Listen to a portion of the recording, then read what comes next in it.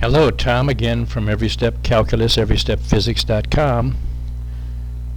This is a kind of an interesting problem regarding the Felix Baumgartner leap from a high altitude balloon. And you can read it here. Actually, I'm showing you how I find free fall velocity and elapsed time in my programs. And physics, to get to my main menu, I'm going to scroll down here to planets, because this deals with planets. To the P section. Here's planets. And when they have an arrow here, you see this arrow, it means that there's more in the menu. So you go down and here's free fall for Earth, because it's a free fall problem. And we're finding velocity. We could find acceleration or the height with acceleration, but we're going to find velocity here.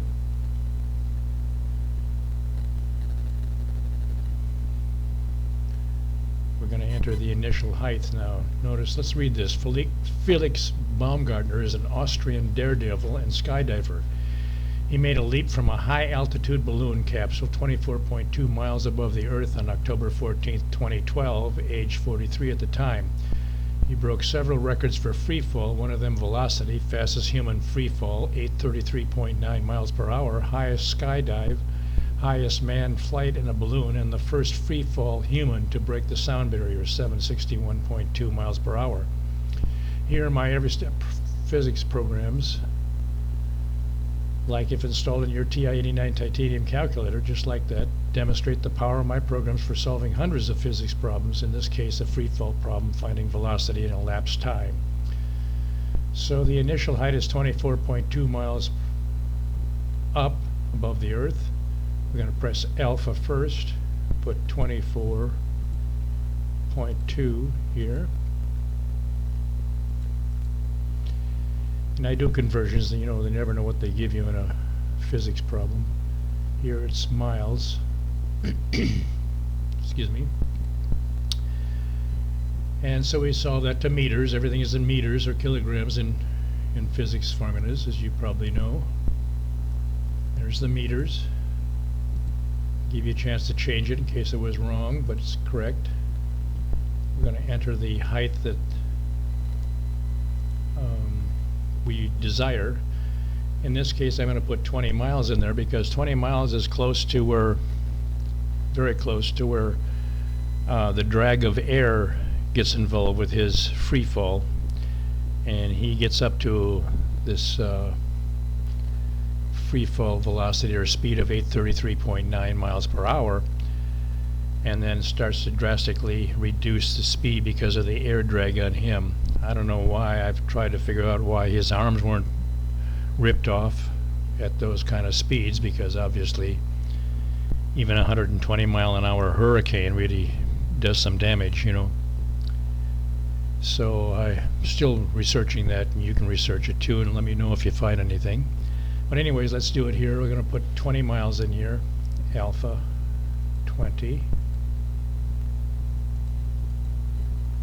and miles.